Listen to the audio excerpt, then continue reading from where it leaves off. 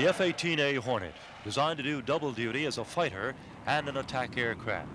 The Navy says it's a better fighter than the world-renowned F-4 Phantom and a better attack aircraft than the A-7 Corsair. But can the plane live up to its expectations? A draft study by Congress's investigative arm, the General Accounting Office, calls the Hornet ineffective, with severe deficiencies in speed and acceleration. I say garbage. The only thing I can say, whoever made that remark either was purposefully trying to be misleading or else he didn't know what he was talking about.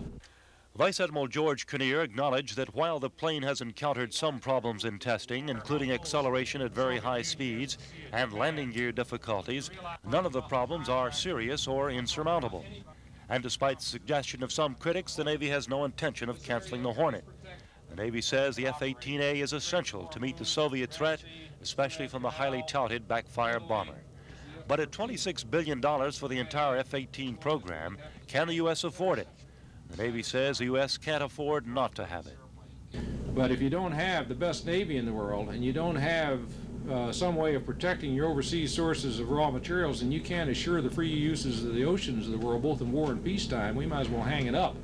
So it's not a question of whether we can afford it or not, it's a question of whether we are going to afford it, because if we don't, I think the alternatives are pretty darn clear what's going to happen. Mike Cremitas, Area 10 Eyewitness News at Oceana Naval Air Station.